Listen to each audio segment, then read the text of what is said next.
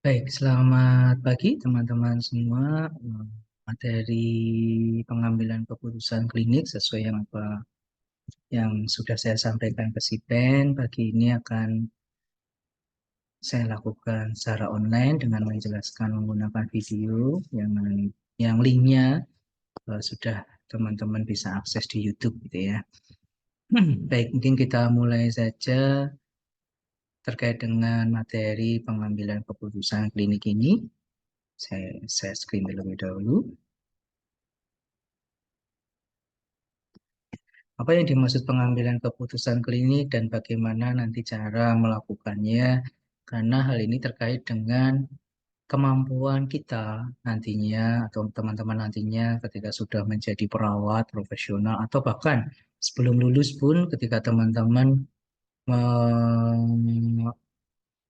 melakukan asuhan keperawatan baik secara teoritis ya, seperti yang sudah kita lakukan berapa minggu ya, 2 minggu ke belakang gitu ya. Teman-teman belajar dari data-data yang ada, lalu mengambil keputusan demi keputusan yang mana ketika keputusan itu terkait dengan kondisi pasien, maka itu disebut keputusan klinik.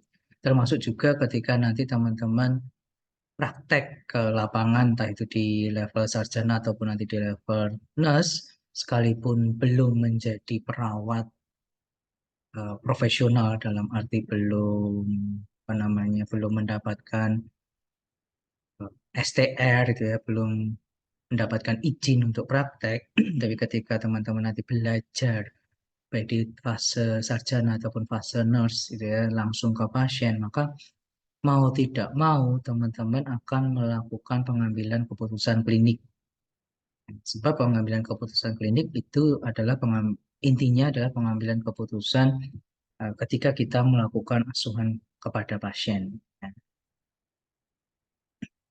Jadi perawat memiliki peran yang penting sebagai ujung tombak dalam menyehatkan pasien ya, baik itu yang ada di rumah sakit ataupun yang ada di masyarakat ataupun ya di tempat-tempat institusi-institusi tertentu gitu ya. Perawat memiliki peran yang sangat besar. Selain itu, perawat dalam melakukan tugas dan fungsinya tadi untuk menyehatkan masyarakat juga bekerja sama dengan profesi lain gitu ya. Kalau di rumah sakit umum tentu bekerja sama dengan dokter, bekerja sama dengan apoteker, bekerja sama dengan farmasis, maaf, nutrisionis, fisioterapis gitu ya. Kalau di masyarakat mungkin bekerja sama dengan tenaga kesehatan masyarakat, tenaga kesehatan lingkungan, tenaga analisis data dan banyak lah ya. Jadi tidak hanya bekerja sama dengan tenaga kesehatan, tetapi juga tenaga-tenaga yang lain yang sekiranya bisa menunjang atau membantu kita dalam menyehatkan pasien tadi. Oleh karena itu, mengingat begitu pentingnya tugas kita ke pasien, ya, yang karena kita hadapi adalah manusia,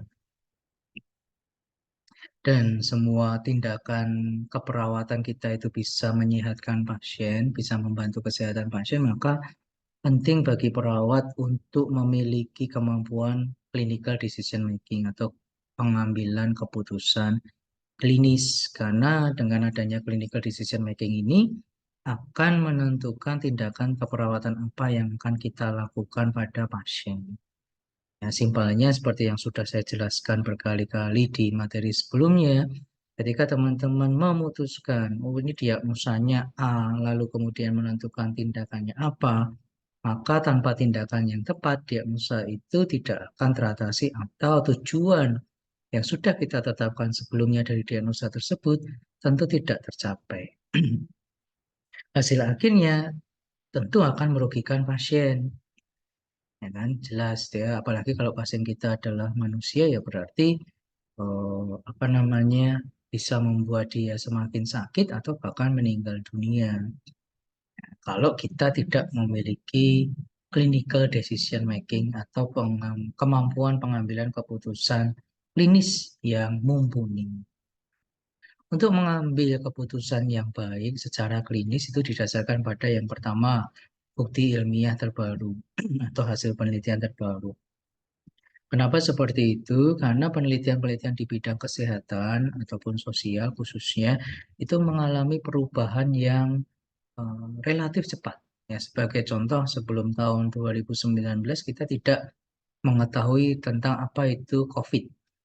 Tapi pada waktu tahun 2020, ketika kita tidak hanya Indonesia tapi seluruh dunia terserang COVID, gitu ya, muncul penyakit baru, gitu ya, kemudian muncul penelitian-penelitian baru oleh peneliti-peneliti di bidang kesehatan termasuk keperawatan. Kemudian dari penelitian itu menunjukkan bagaimana tanda gejala COVID, gitu kan ya, komplikasinya apa, lalu tindakan apa yang tepat, vaksin apa yang tepat, pada usia kelompok usia yang berapa, yang mana, itu berdasarkan hasil uji coba atau studi kepada para pasien-pasien atau penderita COVID-19 waktu itu.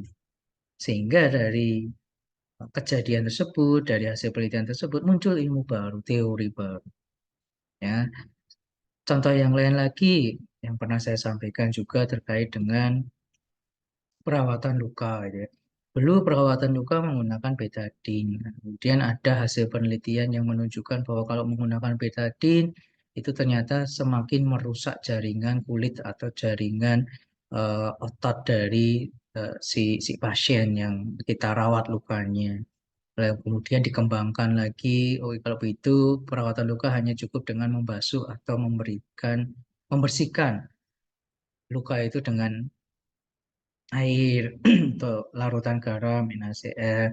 Nanti kalau untuk proses penyembuhannya dari dalam tubuh, ya dari dalam tubuh secara alami dibantu dengan nutrisi atau istirahat tidur. Kemudian ada lagi penelitian terbaru terkait dengan ada salep ataupun suatu media untuk mengobati yang tidak merusak integritas jaringan atau integritas kulit dari si pasien. Nah, itu menunjukkan bahwa keputusan yang kita ambil harus disesuaikan dengan bukti ilmiah yang terbaru. Kalau tidak, ya eh, kita menjadi apa ya, terbelakang. Ya.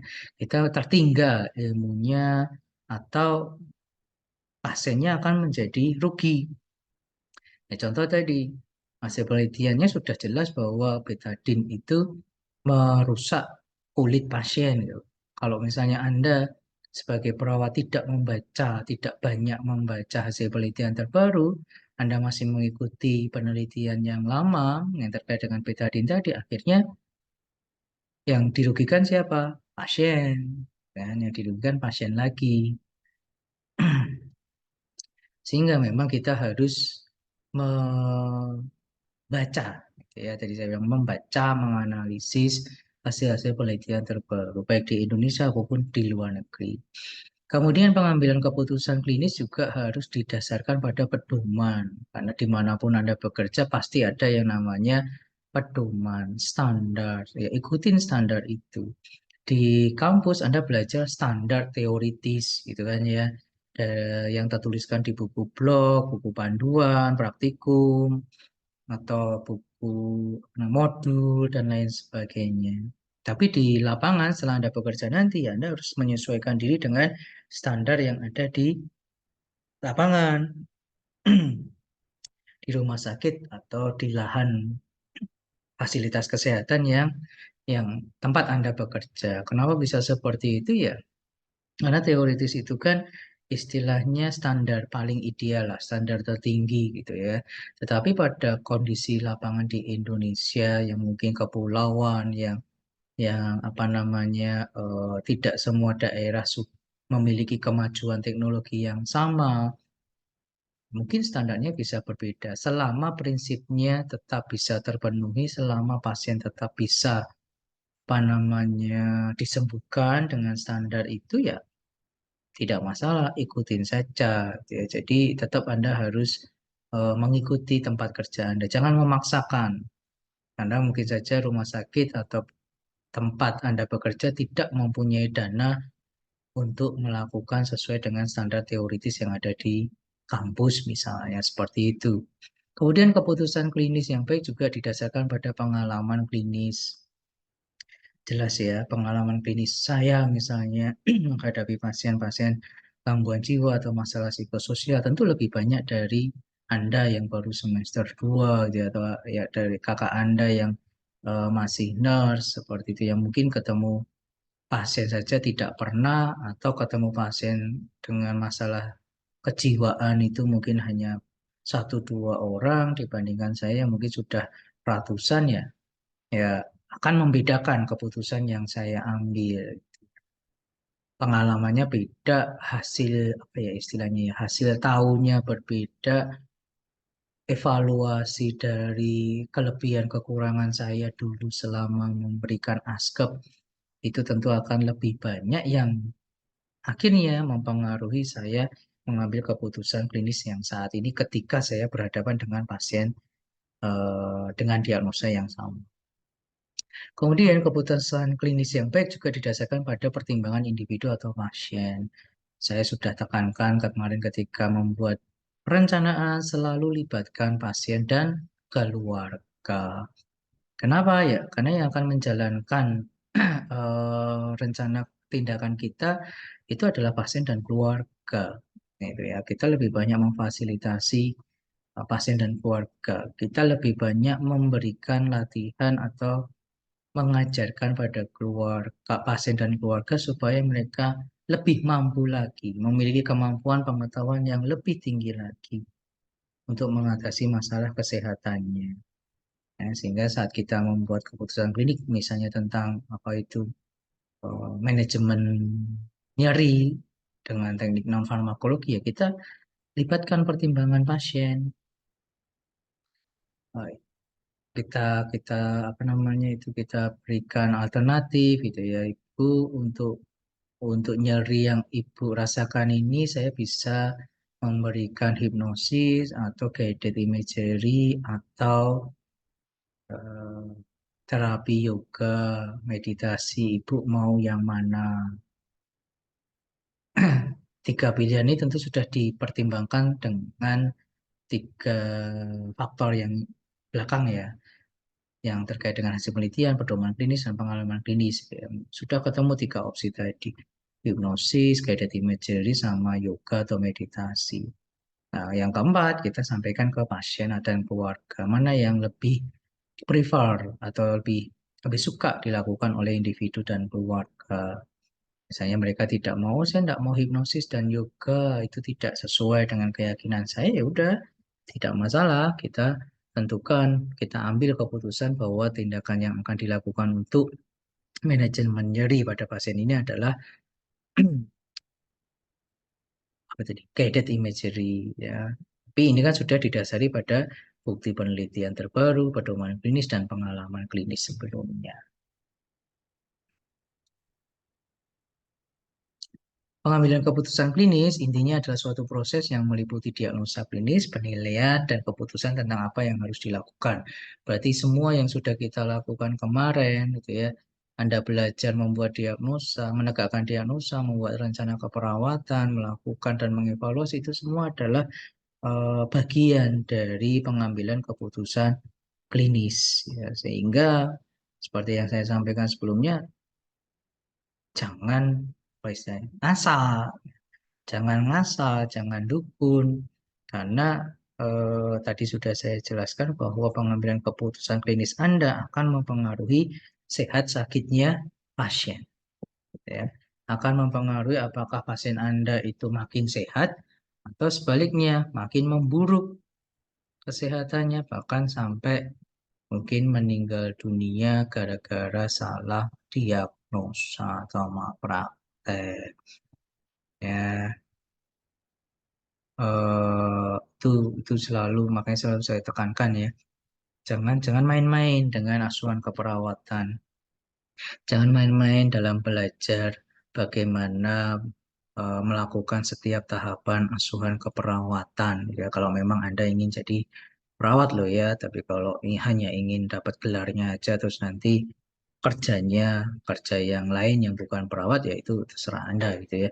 Tapi kalau Anda benar-benar ingin menjadi perawat ya setiap apa yang sudah saya sampaikan, pun Ririn sampaikan, Bu Santi sampaikan kemarin, itu tolong diinternalisasi. Yang internalisasi, tolong benar-benar dihayati bahwa kalau Anda tidak memperkuat fondasi Anda saat ini, ke depannya ketika Anda berhadapan dengan pasien langsung, Anda bukannya dapat pahala, mungkin malah jadi dapat apa namanya, pahalanya berkurang. Ya, karena tidak serius belajar, tidak serius dalam memahami bagaimana cara pengambilan keputusan klinis, gitu ya. Nah, pengambilan keputusan klinis itu sendiri tidak terjadi secara kebetulan, seperti yang kita sudah praktekkan ya dari minggu pertama, itu ada sistematikanya. Anda mau pakai 3S, Anda mau pakai 3N, kan sudah ada tahapan-tahapan yang sudah kita role playkan satu demi satu. Lalu tersedia sumber-sumber untuk membantu kita mengambil keputusan seperti kualifikasi kita sendiri. Ya. Anda nanti ketika jadi nurse akan berbeda dengan teman-teman dari D3 yang lulusan D3. Keputusan klinisnya berbeda. Nah, cara menegakkan diagnosa atau diagnosa keperawatan yang diambil berbeda. Luaran dan intervensi yang diambil berbeda. Juga dengan falsafah dan etika yang dianut oleh organisasi keperawatan, dan organisasi keperawatan Indonesia dengan organisasi keperawatan di negara tetangga Malaysia mungkin berbeda. Itu juga akan mempengaruhi pengambilan keputusan kita.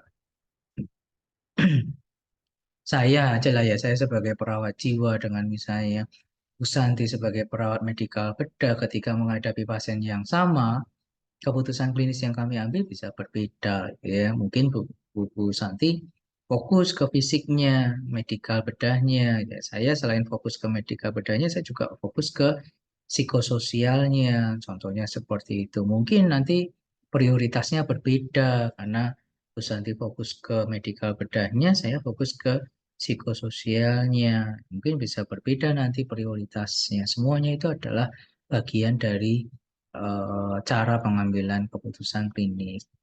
Kemudian juga dipengaruhi oleh situasi lingkungan internal dan eksternal jelas ya. Seperti tadi contohnya, Anda ingin memilih suatu tindakan keperawatan untuk pasien. Ya, dilihat dulu alatnya ada enggak. Jangan kemudian Anda memprotes tempat kerja karena oh ini tidak sesuai dengan yang diajarkan kampus. Alat yang diajarkan kampus itu alatnya A, B, C, D, E. Di sini yang ada cuma A, B, C. Gimana caranya? Tidak bisa. Nah, itu kembali lagi ya tergantung dari tempat Anda bekerja selama contoh prinsip tindakan itu tidak terabaikan, ya, tidak terabaikan ya Anda harus bisa mengambil keputusan klinis dengan melakukan tindakan itu menggunakan alat ABC saja. Walaupun secara teorinya atau di kampus itu ABCDE ya harusnya alatnya ada. Ya, lingkungan internal ya diri Anda sendiri itu akan mempengaruhi keputusan klinis yang Anda ambil jelas ya terkait dengan teman Anda, sesama dengan perawat, gitu ya, atau bahkan motivasi yang ada di dalam diri Anda sendiri. Lalu pengambilan keputusan klinis juga dipengaruhi oleh masalahnya. Kalau masalahnya tidak jelas ya pengambilan keputusannya juga tidak jelas. Jadi masalahnya harus jelas. Ingat lagi kemarin yang kita sudah pelajari berapa minggu ini. Kalau diagnosamu keliru ya ke belakang ikut keliru. Nah, diagnosa ini muncul ketika kamu melakukan pengkajian dengan tepat. Nah, itu nomor 4. Ya, jadi pengambilan keputusan klinis harus didasarkan data atau fakta-fakta yang sudah terkumpul dengan sistematis. Itu sebabnya Anda dibawain format pengkajian supaya sistematis. Supaya Anda ingat, oh yang harus saya kaji pada pasien itu apa saja. Tapi kembali lagi ke materi diagnostik reasoning. Ketika saya melakukan pengkajian, apa yang harus saya lakukan, apa yang harus saya kaji supaya maaf, supaya diagnosa banding yang sudah saya pikirkan itu bisa tervalidasi oleh pengkajian saya. Itu termasuk Contoh pengambilan keputusan klinis. Kemudian keputusan klinis yang baik adalah keputusan yang telah dipilih dari berbagai alternatif yang telah dianalisis secara matang. Contohnya apa? Kemarin contohnya kalau tadi ya diagnosa banding itu kan ada pilihan tuh. Kalau pasien mengatakan nyeri berarti ada pilihan gangguan rasa nyaman, nyeri akut atau nyeri kronis. Nah, keputusan klinis yang baik harus mempertimbangkan atau harus menganalisis secara matang apa bedanya nyeri akut, nyeri kronis, dan apa bedanya gangguan rasa nyaman. Itu yang saya ajarin kan. Anda harus tahu apa namanya data valid apa yang dibutuhkan untuk membedakan tiga diagnosa itu sehingga kita bisa menanyakan dengan jelas kepada pasien dan ketika data itu muncul maka sudah betul keputusan yang kita ambil bahwa oh diagnosa yang valid adalah diagnosa A. Karena data untuk memvalidkan diagnosa A itu ada. Karena data untuk membedakan diagnosa A dengan diagnosa B dan C itu sudah tervalidasi lewat pengkajian. Nah, itu keputusan yang baik seperti itu. Jadi bukan apa bahasanya saya kemarin, bukan dukun, bukan meramal. Nah, termasuk ketika Anda seminar kemarin gitu ya. Kenapa kok ini bukan nyeri akut? Ya tergantung lihat gejala mayornya ada berapa persen. Ternyata tidak sesuai dengan kriteria SDKI, ya cari diagnosa yang lain. Bukan memaksakan diagnosa itu bukan pengambilan keputusan klinis yang baik. Ya. Pun juga saat Anda memilih luaran. Di tautan SDKI, SLKI kan sudah ada contekan ya yang saya bilang itu ya. Kalau diagnosanya apa, luaran utama pendukungnya apa kan sudah ada sarannya. Dari situ saja kita harus memilih, menganalisis mana dari luaran utama, luaran pendukung yang disarankan itu mana yang bisa kita pilih sesuai kondisi pasien. Itu juga keputusan klinis, termasuk memilih intervensi apa yang akan kita lakukan. Jadi gunakan otak Anda itu ya saat membuat ASKEP ke depan itu ya. Tidak hanya di blog ini, tapi di blog-blog selanjutnya. Gunakan kemampuan menganalisa Anda. Ya, jangan Indonesia Raya, jangan apa istilahnya, jangan males untuk membaca, juga jangan terayu atau terbujuk oleh oleh nasihat-nasihat dari mungkin kakak kelas atau bahkan dosen yang tidak sesuai dengan yang sudah disampaikan atau yang sudah tertulis dalam 3S atau 3E. Nah, langkah-langkahnya seperti apa? Langkah-langkah perawat dalam mengambil keputusan klinik yang pertama jelas melakukan pengkajian, yaitu mengumpulkan informasi yang relevan. Dua, mengidentifikasi masalah. Tiga, dari masalah itu kita lihat literatur medisnya, apakah sudah sesuai belum masalah yang diangkat berdasarkan data-data yang ada. Atau kita meninjau literatur medis untuk masalah ini, kira-kira tindakan apa, tindakan keperawatan apa yang tepat untuk menyelesaikan masalah tersebut. Kemudian empat, setelah tahu apa namanya alternatif tindakan yang bisa diberikan berdasarkan literatur medis, ya, gunakan panduan klinisnya sesuai prosedur. Begitu juga kita bisa konsultasi dengan kolega teman sejawat tentang bagaimana melaksanakan itu. Lalu pertimbangkan preferensi pasien juga ya dalam mengambil keputusan berdasarkan keyakinannya juga untuk memilih tindakan-tindakan yang sudah kita apa istilahnya ya kita rancang. Jadi kita berikan opsi kepada pasien tadi juga sudah saya jelaskan. Lalu pilih di antara alternatif yang paling prioritas.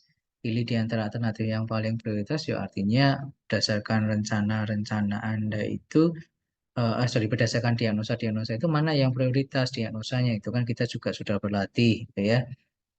Dari tiga diagnosa yang misalnya dari 10 diagnosa yang diprioritaskan dari 1 sampai 10 berapa? Karena itu penting.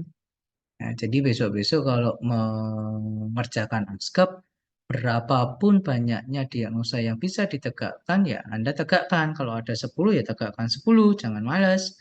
Jangan hanya 3 toh. Gitu ya. Karena ketika Anda sudah mempersepsikan di otak Anda, oh minimal 3, berarti 3 boleh dong.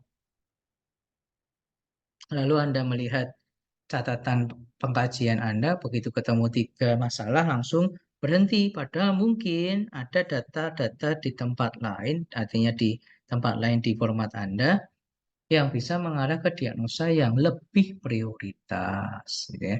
Kemudian mengambil tindakan sesuai dengan prioritas masalah. Nah, ini contohnya misalnya ketika kita mau ke pasien dengan suatu rencana tertentu lah ya, suatu rencana tertentu untuk manajemen nyeri. Tapi tiba-tiba ketika kita ke pasien, kok pasien sesak, tampak sesak nafas.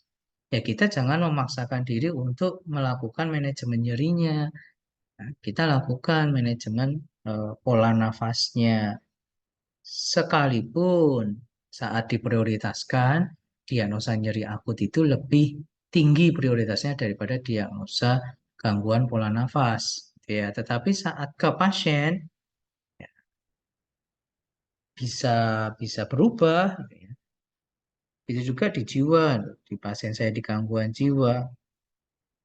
Emosi itu kan bisa berubah kapanpun, ya, secepat 1 detik aja bisa berubah. Saya ngomong apa sekarang 1 detik berikutnya emosi saya bisa berubah karena ada suatu stresor atau suatu stimulus dari luar. Nah, ketika saya ke pasien ingin mengatasi tentang perawatan dirinya misalnya, oh, ternyata pasiennya tiba-tiba mengancam orang lain atau bahkan mengancam dia akan membunuh dirinya sendiri, ya kita jangan memaksakan diri. Masuk pasien sedang apa istilahnya sedang mengancam untuk bunuh diri lalu kita ngomong, ya Pak, yuk saya di sini mau membantu Anda mandi, mandi dulu aja yuk. Nah, bunuh dirinya nanti aja, kan tidak mungkin gitu ya. Ya, tidak bisa juga seperti itu. Ya, kita tetap harus istilah saya itu apa ganti gigi. Nah, jadi istilah saya itu ganti gigi. Tadinya mau ngebut gigi 3, tapi ternyata ketika melihat pasien ya kita ganti gigi. Turunkan ke gigi 1 misalnya.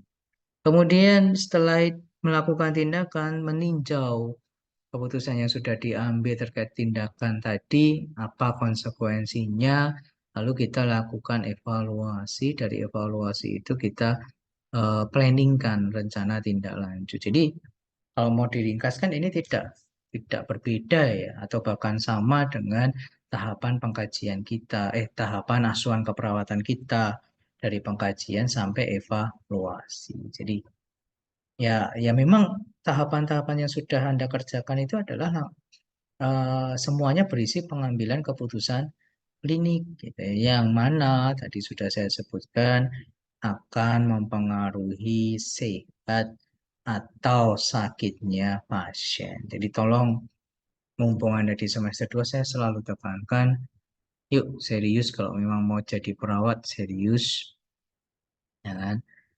Karena kalau Anda tidak belajar dengan serius, Anda tidak memiliki pemahaman yang benar tentang penyakit, tentang asuhan keperawatannya, ya kasihan pasiennya, gitu ya. Kasihan pasiennya, Anda harusnya punya amal yang banyak, malah numpuk asap yang banyak, gitu ya. Baik, jadi keputusan klinik itu sendiri ada 4. Yang pertama problem solving, critical thinking, clinical judgment, dan clinical decision making. Apa itu problem solving? Problem solving itu adalah memecahkan masalah. Udah ya jelas ya, karena bahasa Inggrisnya itu problem itu masalah, solving itu memecahkan. Nah, kalau Anda lihat di kanan atas layar Anda itu adalah siklus problem solving, tidak beda jauh dengan ASCOP tadi ya. Dari pertama, define the problem. Define the problem itu artinya menentukan masalah. Memastikan ini masalah yang sebenarnya itu apa. Ini harus Anda bisa praktekkan sehari-hari nih. Nah, ketika Anda mendapatkan suatu masalah, Anda harus pastikan dulu masalahnya itu apa dan yang mana. Termasuk masalah ini terjadi karena apa? Siapa yang bertanggung jawab untuk memunculkan masalah ini di awal? Itu define the problem. Setelah mengetahui dengan detail, setelah memastikan masalahnya, kemudian Anda brainstorm solution, artinya mencari alternatif-alternatif pilihan solusi untuk memecahkan masalah Anda itu. Sama-sama, misalnya masalahnya itu masalah saya kurang uang, maksudnya tanggal tua ya, karena mahasiswa gitu ya. Masalahnya tanggal tua tidak punya uang atau uangnya tinggal 50.000, sedangkan masih ada seminggu lagi, orang tua belum bisa ngirim karena belum gajian. Oh, padahal 1 minggu ke depan ada banyak tugas yang mana harus apa namanya mengeluarkan uang, belum makannya, belum bayar kosnya. Itu kan define the problem. Problem-problem yang muncul, yang kita identifikasi dengan jelas. Setelah itu ya, langkah kedua cari solusinya. Apakah solusinya misalnya ya, misalnya pinjam uang ke teman, gitu ya, ataukah mencari kerja supaya kedepannya tidak terulang lagi, atau misalnya apa namanya eh, menjual barang yang dia miliki untuk mendapatkan uang dalam waktu cepat atau menggadaikan barang gitu, yang nanti ketika kalau sudah dikirim uang dari orang tua bisa apa namanya bisa menebus kembali. Intinya intinya jangan ngepet aja lah gitu ya, jangan jadi babi ngepet gitu ya. Itu kan haram ya, tidak benar. Termasuk juga sebisa mungkin Anda menghindari apa itu pinjaman di online online itu ya. Ini mumpung mumpung menyinggung itu saya jadi ingat ya, tidak perlu sampai meminjam di pinjaman online itu ya. Nah, itu sudah ada banyak solusi kan. Kemudian nomor tiga, pilih solusi yang tepat, yang maaf, pilih solusi yang paling tepat. Dalam arti tepat, paling tepat itu bukan berarti benar ya. Kalau urusan mencuri dengan tidak mencuri itu jelas. Kita tahu yang benar adalah tidak mencuri, yang salah adalah yang mencuri. Tapi terkadang dalam menyelesaikan suatu masalah kita tidak dihadapkan pada halal haram, ya, benar salah. Tetapi mana dari semua alternatif solusi tadi mana yang kerugiannya paling sedikit. Jadi saya tidak mencontohkan ketika Anda tadi mengalami apa namanya kekurangan uang di akhir bulan, terus salah satu solusinya mencuri. Udah jelas itu harus hilang, termasuk tadi yang pinjaman online. Mungkin kalau di agama Islam ada yang namanya riba gitu ya. Atau apa tadi ngambil eh, dompetnya orang tua, itu misalnya contoh seperti itu jelas bukan masuk alternatif solusi di kita. Nah, apalagi Anda sebagai mahasiswa ya kan udah jelas itu salah. Tapi solusi-solusi yang lain misalnya jadi contoh ya mencari pekerjaan ya, kerjaan sampingan gitu ya. Kita harus mikirkan siapa yang mau menerima saya dengan saya semester 2 terus ini apa namanya waktunya mepet gitu ya. Kalaupun saya ada yang terima saya, kapan saya dibayarnya, apakah saya dapat uang makan atau tidak, bagaimana saya mengatur waktu saya untuk belajar. Atau yang kedua tadi menggadaikan barang juga harus dipikirkan apa yang digadai, yang saya gadai itu masih saya pakai atau tidak. Lalu ketika nanti saya menebus, berarti saya pakai uang dari orang tua itu, lalu bagaimana manajemen keuangan saya berikutnya. Nah, itu kan dua pilihan ini kan sama-sama benar, sama-sama halal. Cuma masing-masing pilihan itu punya konsekuensinya sendiri-sendiri, punya apa namanya imbas positif dan negatifnya sendiri-sendiri. Sehingga di nomor tiga itu pick a solution, cari solusi yang paling tepat, bukan yang benar ya, tapi yang paling tepat, yang paling sedikit kerugiannya untuk Anda. Kemudian setelah memilih berdasarkan analisa tadi, lakukan solusi itu, lihat. Nah, kelima, review. Ya. lihat hasilnya. Apakah dari tindakan yang sudah kita lakukan itu bisa menyelesaikan masalah kita di awal itu atau tidak. Menyelesaikan masalahnya sementara atau sampai ke akar-akarnya. Sehingga tidak lagi muncul di masa depan. Itu problem solving. Kalau di kehidupan sehari-hari ya, kalau problem solving di klinis ya sama aja. Jadi proses menyelesaikan masalah pasien, ya, proses menyelesaikan masalah klinis yang melalui berbagai upaya pemilihan alternatif atau opsi yang mendekati kebenaran atau dianggap benar untuk suatu tujuan tertentu. Tadi saya sudah jelaskan. Jadi halal haram sudah jelas itu. Ya, itu tidak opsi lagi, itu pasti. Cari opsi yang halal itu ya. Pun di klinis juga sama. Cari opsi yang memang sesuai dengan aturan-aturan yang ada di Indonesia. Sebagai contoh di Indonesia belum ada aturan terkait eutanasia, ya, yaitu menyuntik apa sih istilahnya? Artinya membiarkan pasien itu meninggal, ya, sesuai dengan keinginannya pasien atau keluarga, ya, misalnya dengan disuntik, ya, zat tertentu supaya pasien meninggal, gitu ya. Itu kalau di Indonesia belum ada. Ya udah jangan pilih opsi itu pada pasien-pasien dengan terminal, penyakit terminal, pasien-pasien yang istilahnya sudah tidak ada harapan hidup lagi. Karena aturannya belum ada di Indonesia misalnya seperti itu. Itu udah singkirkan. Jangan jadikan itu opsi. Ya, makanya di sini katakan opsi yang mendekati kebenaran atau opsi yang dianggap benar. Karena opsi-opsi yang kita munculkan seharusnya adalah opsi-opsi yang halal tadi, ya, yang sesuai aturan, ya, tetapi apa namanya memiliki konsekuensi yang berbeda-beda, ya. Dari berbagai konsekuensi tadi kita memilih mana yang kerugiannya paling sedikit untuk pasien, itu dulu yang pertama. Baru yang kedua, mana yang kerugiannya paling sedikit untuk kita sebagai perawat.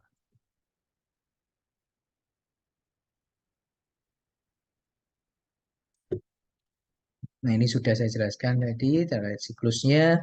Lalu masalah itu biasanya terjadi karena apa? Satu, faktor ekonomi pasien, jelas.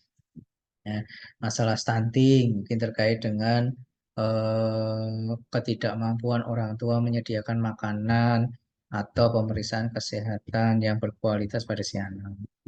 Faktor budaya juga sama, beberapa budaya tertentu itu mempengaruhi kesehatan.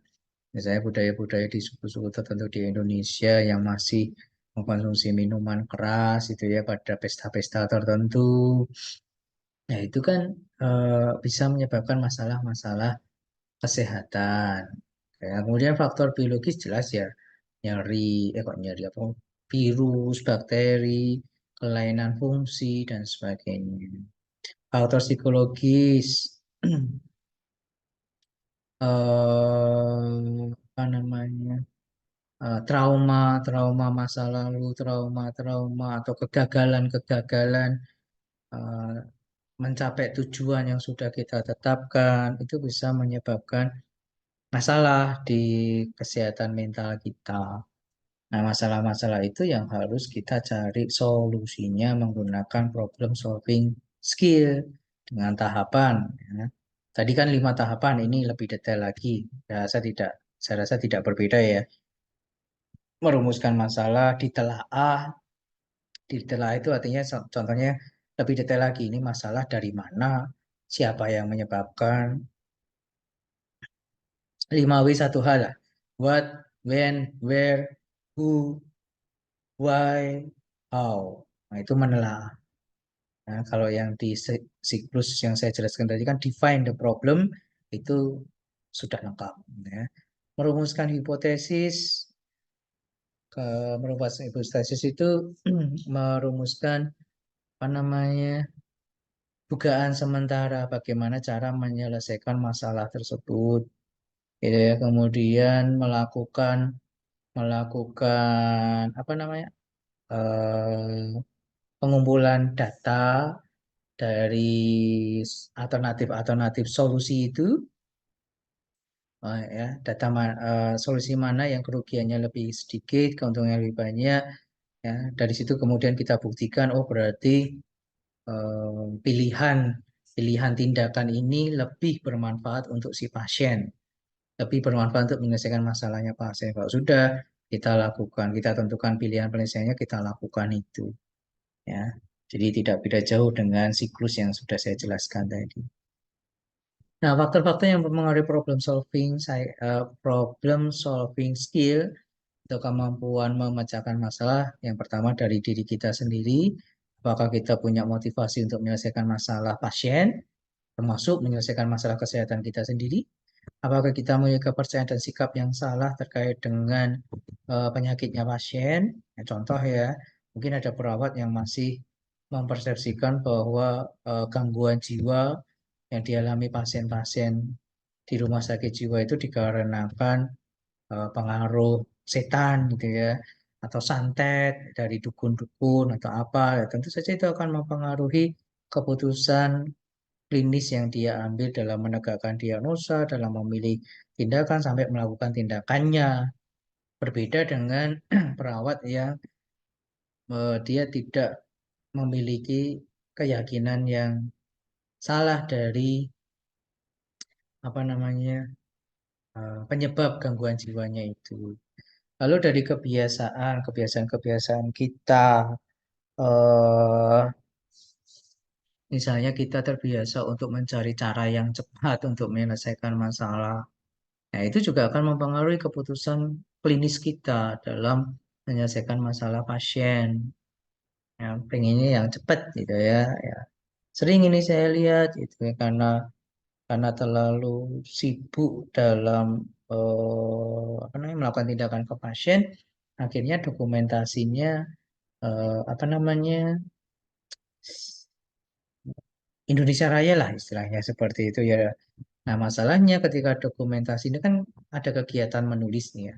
Kegiatan menulis yang diulang-ulang ini mempengaruhi pikiran kita dan pada akhirnya mempengaruhi juga keputusan klinis yang kita ambil. Contoh, pasien mengeluh nyeri langsung kemudian, oh ya berarti ini nyeri akut tanpa ditanya onsetnya, tanpa ditanya gejalanya, mayornya ada berapa, memenuhi 80% dari SDKI atau tidak. Itu kebiasaan-kebiasaan yang salah mempengaruhi keputusan klinis yang salah juga.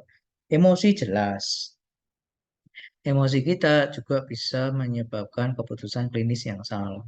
Yang simpel saja yang biasanya terjadi pada perawat muda, ya, ketika merawat pasien yang menurut dia cantik, tampan, yang sesuai dengan tipenya, sesuai dengan tipe idealnya, gitu ya, untuk dijadikan istri atau suami, ya, kan emosinya akan mempengaruhi yang mana menjadi tidak objektif lagi itu dalam mengambil keputusan klinik untuk menyelesaikan masalahnya pasien. Itu emosi yang senang gitu ya, apalagi emosi yang tidak baik, ya kesedihan di rumah dibawa ke tempat praktek gitu. Kemarahan di rumah, misalnya di rumah lagi marahan sama istri atau suaminya atau dengan anaknya, dibawa ke rumah sakit tempat dia kerja, itu akan mempengaruhi proses di otak, proses kognitif yang bisa mengarah pada keputusan penyelesaian masalah yang salah. Nah, yang rugi siapa? Pasien jelas, ya. Perawat tentu nanti tetap akan rugi secara tidak langsung ya, misalnya dituduh malpraktek kah atau dituntut kah, ya, tapi yang pertama rugi itu bukan Anda, pasien. Nah, masalahnya kalau kita merugikan pasien, ya kita tanggung jawabnya ke siapa? Keluarganya, tapi yang utama lagi kita tanggung jawabnya ke siapa? Yang punya tubuhnya pasien itu, yang punya jiwanya pasien, yang punya rohnya pasien siapa? Ya yang menciptakannya, ya Tuhan itu. Tanggung jawabnya berat. Ya, jadi sebelum mengambil suatu keputusan apapun ya, baik nanti ke pasien, mengambil keputusan untuk menyelesaikan masalahnya pasien atau mengambil keputusan untuk dirimu sendiri, menyelesaikan masalahmu sendiri, jangan terpengaruh oleh emosi Anda. Kalau Anda sedang marah, kalau Anda sedang sedih, kalau Anda sedang terlalu senang pun, jangan biasakan mengambil keputusan. Ya, biasakan atau saya ulang ya, biasakan jangan mengambil keputusan apapun saat emosi Anda sedang labil, entah terlalu senang, entah terlalu sedih, marah, takut, cemas, dan sebagainya. Jadi emosimu harus terkontrol, ya. Tenang dulu, ya, baru ambil keputusan untuk menyelesaikan masalah yang kamu miliki. Faktor eksternalnya dari lingkungan sosial, tadi juga sudah saya singgung, gitu ya, atau lingkungan yang diciptakan. Kalau lingkungan sosial itu dengan pertemanan ya, dengan orang lain, gitu ya, misalnya eh, dengan rekan kerja sedang ada konflik, nah itu kan juga akan mempengaruhi pengambilan keputusan ke pasien. Sekali lagi yang dirugikan pasien. Lingkungan yang diciptakan tadi terkait dengan apa namanya, ruangan tempat Anda praktek gitu ya. Mungkin terkait ventilasinya, mungkin terkait dengan jumlah tempat tidurnya, Anda mau melakukan apa dulu yang pernah saya jelaskan aromaterapi, ternyata yang tempat Anda praktek itu bangsanya terdiri dari enam, enam, enam kamar, enam apa sih namanya, enam tempat tidur gitu ya. Jadinya akhirnya kita tidak bisa menerapkan yang aromaterapinya, contohnya seperti itu. Pemberian motivasi dari orang terdekat itu termasuk lingkungan sosial juga, itu ya ketika Anda memiliki teman, sahabat yang mampu memberikan Anda support, ya, bahkan memberikan gambaran solusi-solusi apa terkait masalah Anda, ya berarti bisa membantu Anda. Alat-alat yang digunakan tadi sudah saya contohkan juga, kekurangan alat itu bisa menyebabkan keputusan klinis yang sudah yang yang akan kita ambil, sumber referensi jelas karena keputusan klinik itu harus didasari dengan literatur terbaru, hasil penelitian terbaru juga, sarana prasarana tadi juga sama. Kemudian kompleksitas masalah, semakin besar atau semakin kompleks masalah yang kita hadapi di pasien, maka kita harus hati-hati dalam mengambil keputusan klinisnya, dalam memecahkan masalahnya. Kenapa? Karena eh, analoginya kayak gini, ketika Anda menghadapi masalah kompleks itu kayak Anda menghadapi pohon yang sudah rindang daun. Anda harus tahu akarnya di mana. Akarnya mungkin sudah menyebar kemana-mana gitu ya. Kalau kita lihat pohon yang sudah rindang, yang sudah besar, itu kan akarnya kemana-mana. Anda harus tahu akar mana yang harus dipotong supaya semua akar, batang, daunnya mati. Gitu ya. Itu gambaran kompleksitas masalah. Saya harap Anda memahami itu gitu ya. Artinya semakin kompleks masalahnya, kita harus tahu mana problem intinya, mana masalah, akar masalah utamanya. Karena kalau tidak, kita akan membuang energi. Yang kita potong itu hanya cabangnya misalnya, yang kita potong hanya batangnya misalnya. Tapi selama akarnya masih ada, ya walaupun kita sudah potong batangnya sampai mendekati tanah pun, kalau ada hujan itu ya, kemudian matahari, ya lama-lama nanti akan muncul tunas yang baru. Gitu kan ya, muncul masalah yang sama. Ya walaupun mungkin tidak sekompleks sebelumnya, tapi selama akarnya belum diselesaikan, ya masalah itu akan muncul. Ketersediaan data jelas, gitu ya, untuk menyelesaikan masalah Anda harus tahu tadi ya 5W 1H tadi. Itu kan data semua tuh, siapa, what, buat apa, who, siapa, when, where, kapan, di mana, why, kenapa masalah itu bisa muncul, sama how, bagaimana masalah ini bisa terjadi. Nah, itu kan cari data yang akurat untuk menjawab itu semua, sehingga tahu solusinya yang mana. Dan keterampilan analitis, ya. Itu sebenarnya Anda sejak semester 2 ini diajarkan bagaimana menganalisis masalah. Ya.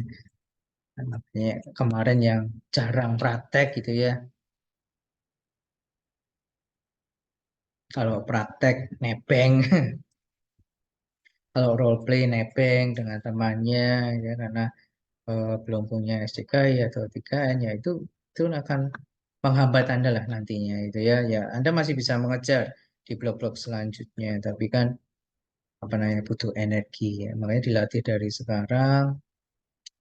Tolong itu ya Anda sudah punya 7 contoh kasus itu dilatih lagi. Kalau butuh bertanya ke saya ya silahkan tanya gitu ya. Nanti janjian aja, Pak ini gimana diagnosanya, ini gimana perencanaan, kita belajar bareng-bareng, kita analisis bareng-bareng. Karena keterampilan, namanya saja keterampilannya. Keterampilan itu tidak muncul sejak lahir. Namanya keterampilan itu muncul sejak dibiasakan. Ya. Jadi harus dibiasakan, harus dilatih. Berikutnya critical thinking atau kemampuan berpikir kritis yaitu kemampuan untuk mengembangkan pemahaman yang rasional, logis, dan terinformasi atau kalau bahasa saya kemarin apa, memberikan alasan yang jelas kenapa Anda mengambil keputusan klinis tersebut seperti yang ada di gambar ini kan. Yang paling utama itu reasoning, alasannya apa? Dari listening itu, kita bisa mengambil keputusan untuk menyelesaikan masalah dan menganalisis atau mengevaluasinya. Jadi listening itu adalah critical thinking kita yang utama. Ya, latihannya gimana, Pak? Sama, usahakan selalu bertanya why dan how. Kenapa ini bisa terjadi? Bagaimana ini bisa terjadi? Selalu tanyakan itu ke diri Anda sendiri atau ketika Anda menghadapi suatu kasus, suatu masalah atau apa namanya format pengkajian yang sudah ada datanya, tanyakan why dan how atau 5W1H tadilah ya, kalau mau lebih lengkap lagi. Ya, tapi kalau critical thinking itu memang spesifiknya di why dan how. Semakin kita sering berlatih di kehidupan sehari-hari, bertanya, menanyakan ke diri kita sendiri why dan how dari apa yang terjadi di hidup kita, otak kita itu semakin kritis ya semakin kritis dalam menyelesaikan masalah apapun termasuk juga akan membantu kita nanti dalam mengambil keputusan klinis untuk menyelesaikan masalahnya pasien. Faktor yang mempengaruhi critical thinking adalah kemampuan kita mengevaluasi bukti, kemampuan mengidentifikasi bias, dan pemahaman konsep dan teori. Ya, saya jelaskan dari bawah dulu. Jadi untuk meningkatkan critical thinking dalam menjawab why dan how tadi, yang mau tidak mau Anda harus sering banyak baca. Nggak mungkin tidak. Sering banyak baca itu baca apa? Ya baca teori, baca buku, e-book lah kalau zamannya sekarang ya. Jangan mencari informasi-informasi yang sesat dari informasi yang sesat. Ya dari media sosial yang mungkin cuma ada batasan waktunya kan. Kalau media sosial kan ada batasan waktunya. Saya lebih prefer walaupun sekarang zaman teknologi itu, saya lebih prefer tetap baca buku. Ya, walaupun bukunya tidak lagi buku fisik ya, tapi bisa e-book kan banyak itu dijual di Shopee atau eh, apa namanya ya market market online itulah. Saya biasanya beli e-book gitu ya atau download e-book gitu untuk saya baca. Karena apa? Ya, itu akan memperluas wawasan saya untuk bisa menjawab why dan how. Semakin sedikit wawasan Anda, maka untuk menjawab why dan how, menjelaskan kenapa dan bagaimananya itu juga akan semakin terbatas. Jelas. Nah, begitu juga dengan kemampuan mengidentifikasi bias, bias kognitif atau bias persepsi kita, subjektivitas kita itu harus kita hilangkan. Nah, agar keputusan yang kita ambil itu objektif. Objektif itu artinya benar-benar berbasis data. Itu yang pertama, kemampuan mengevaluasi bukti, data-data ilmiah, data-data informasi yang kita dapat dari hasil pengkajian itu kita evaluasi. Oh, kalau nadinya 110 itu artinya apa sih?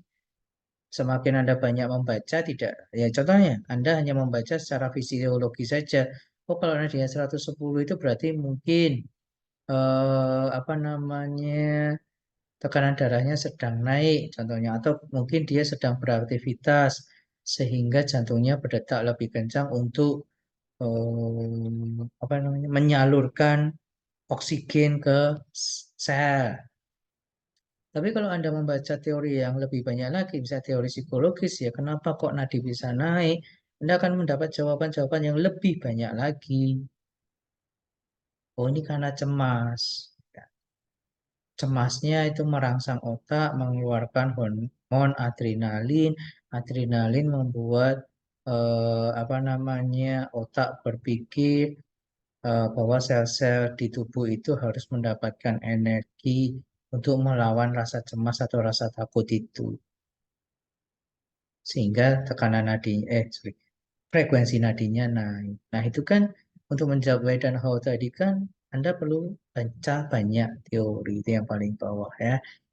Tuh, jadi faktor-faktor yang mempengaruhi critical thinking tiga ini. Berikutnya, clinical judgment, penilaian klinis tadi sudah kita singgung di awal itu ya, artinya kemampuan menggabungkan informasi subjektif dan objektif, pengetahuan medis dan pengalaman klinis untuk menilai, ya, untuk menilai keputusan klinis yang tepat pada pasien itu apa. Jadi lebih tepatnya ini menilai, ya, karena nanti akan ada clinical decision making. Ya. Jadi menilai apakah diagnosa saya ini tepat atau tidak. Apakah keluaran yang saya pilih ini tepat atau tidak. Termasuk kemarin saya mengajarkan bagaimana menentukan skor awal dari NOC ataupun dari eh,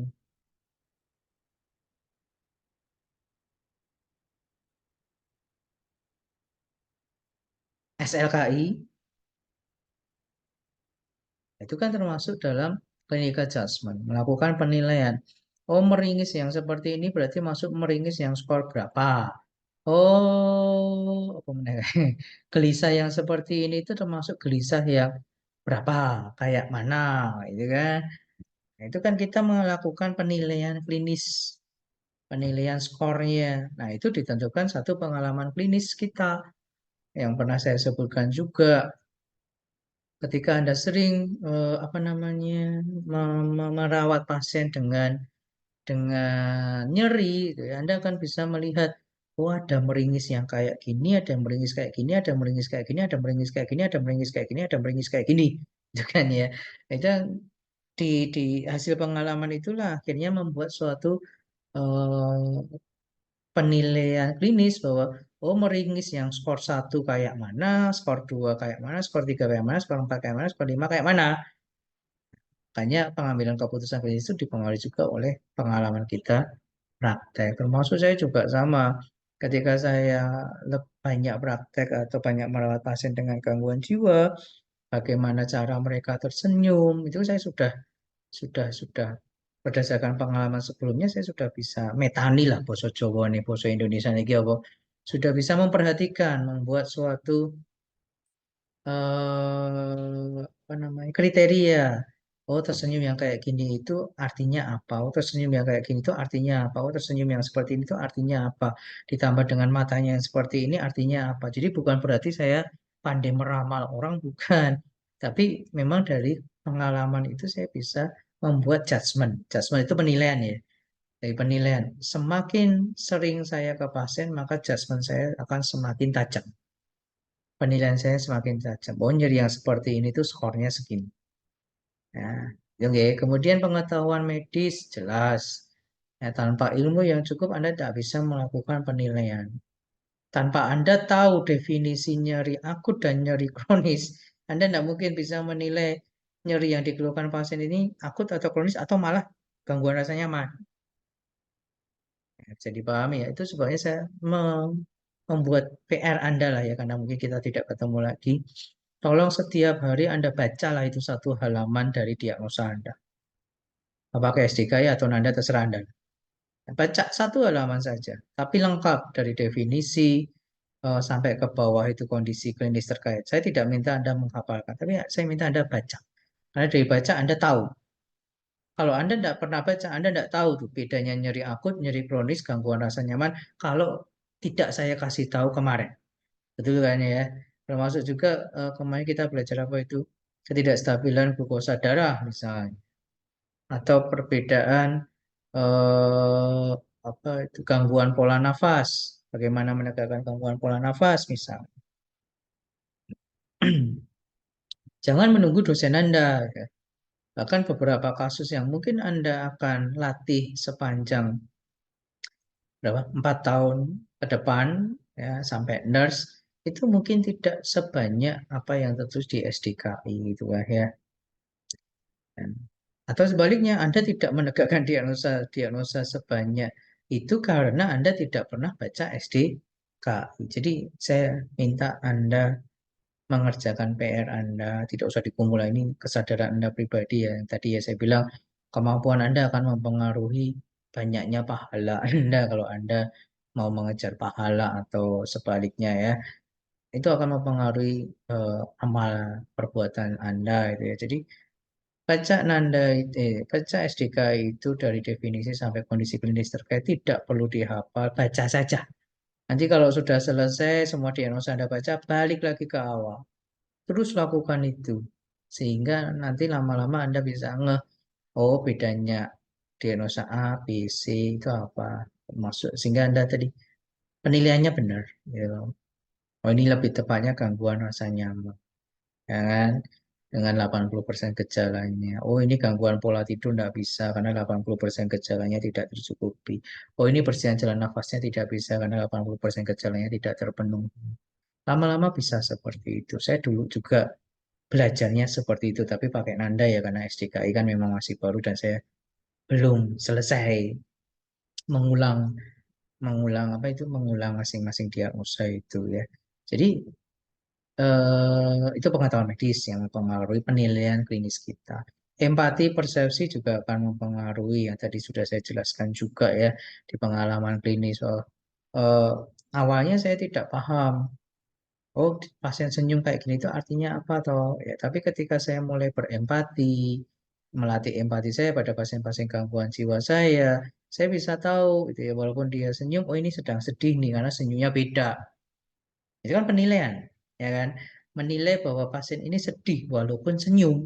Nah, itu kan penilaian klinis. Nah, itu muncul dengan apa ya? Dengan melatih empati saya, eh,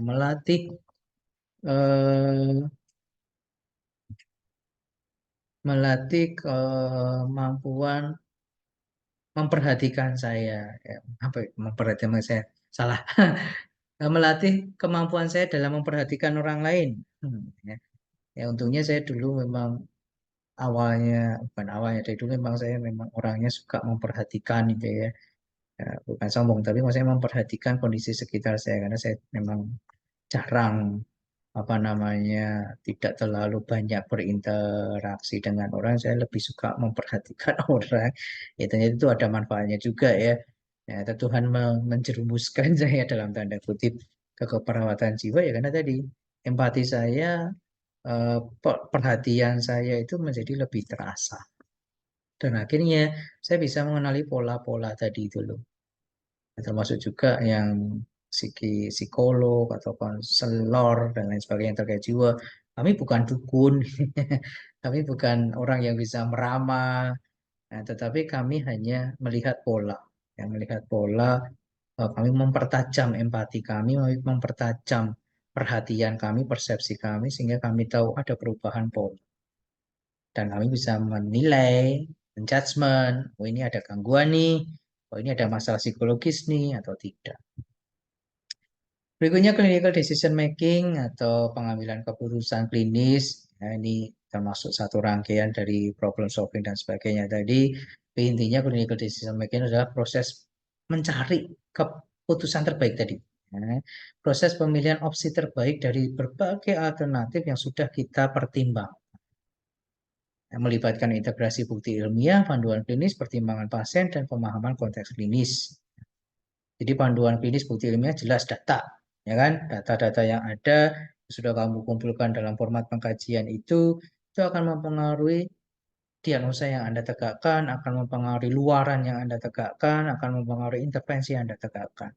Termasuk preferensi pasien, berkali-kali sudah saya contohkan, mau manajemen nyeri yang non farmakologis yang seperti apa, ya tanyakan dulu ke pasien, apa yang menjadi preferensi mereka, itu yang akan mempengaruhi, oh saya akan memilih manajemen apa tadi nyeri yang non farmakologis yang hipnosis ketimbang meditasi ya mungkin karena preferensi pasiennya lebih lebih prefer ke hipnosis tapi harus jelas ada tidak bukti ilmiah hipnosis bisa mengurangi nyeri, bagaimana prosedur eh, hipnosis yang benar. Itu yang atas tuh panduan klinisnya, bukti ilmiahnya.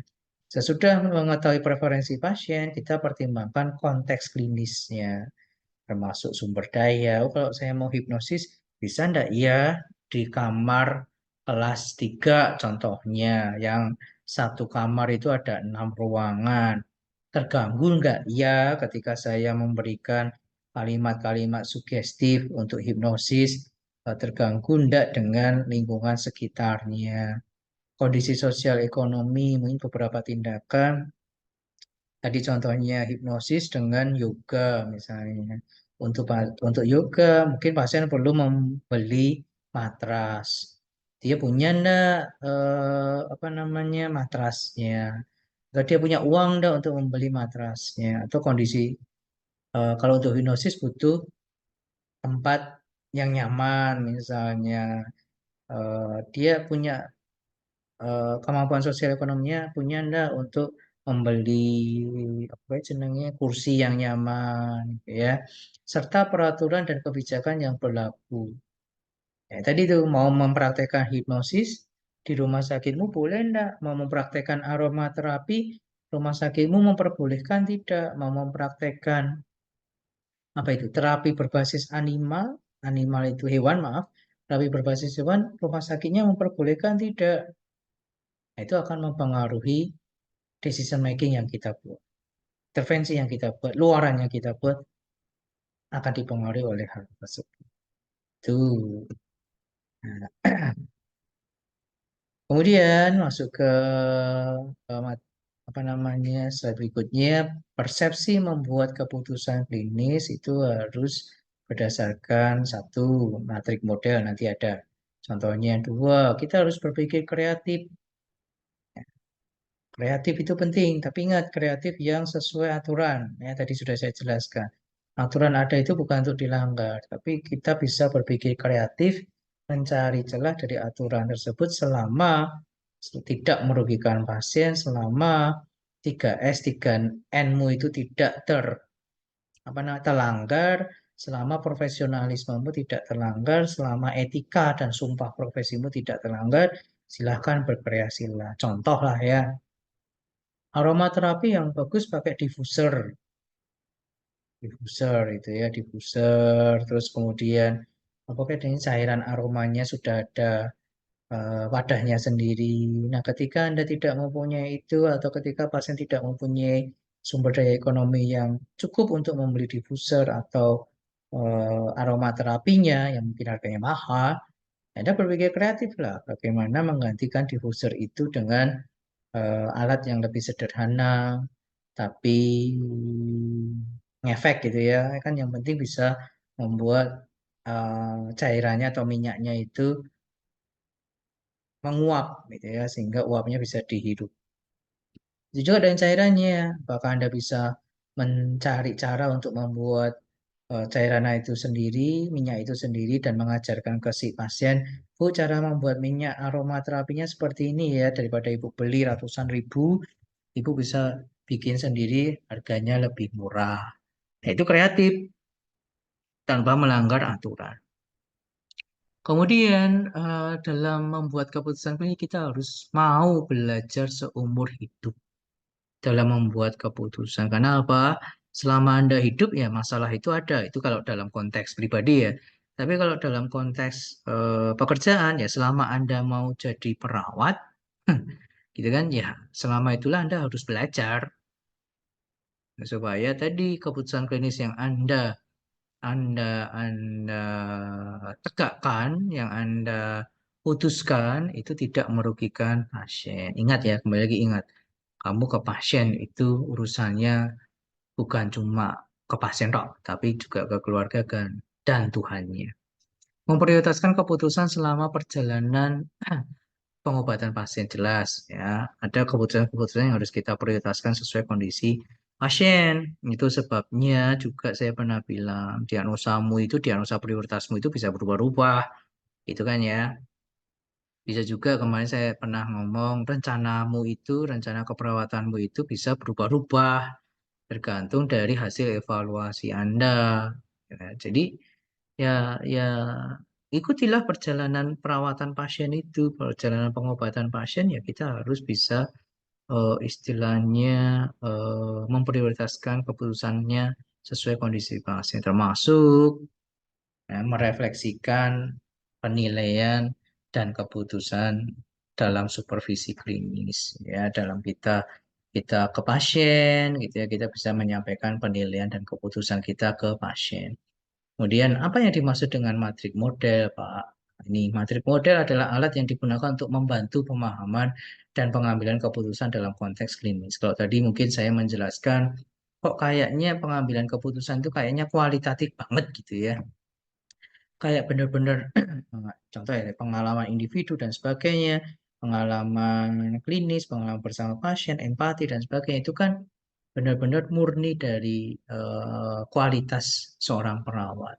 Nah, oleh karena itu ada bantuan, bantuan secara kuantitatif yang disebut matrik model. Salah satu contohnya adalah clinical decision making matrix. Ini membantu memvisualisasikan. Kalau tadi yang saya jelaskan itu kan kayak benar-benar abstrak gitu ya, empati, pengalaman, ya. Sedangkan Anda sendiri baru semester 2 dan sebagainya. Ya, ada matrik CDMM yang bisa memvisualisasikan faktor-faktor untuk mempengaruhi pengambilan keputusan klinis tadi. Jadi memungkinkan perawat untuk mempertimbangkan dan menimbang faktor-faktor ini sehingga apa namanya antara yang pengalamannya lama dengan yang baru saja jadi perawat itu tidak beda jauh gitu loh, tidak akan jomplang jauh karena faktor pengalaman klinisnya tadi. Nah, ini contohnya seperti ini. Jadi ini ada beberapa lah.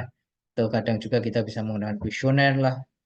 Nah, ini tinggal kita cari saja sifat masalahnya apa nih menurut Anda dan menurut pasien. Nanti skornya sesuai dengan pilihannya ini ya. Terus nanti dikalikan bobot, baru ditotal. Nah, nanti dari total itu, dari berbagai macam keputusan, dari berbagai macam masalah nanti akan muncul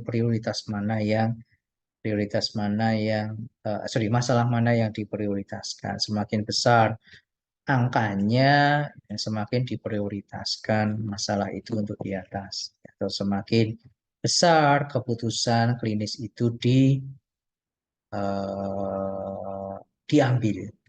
Itu ini matrik.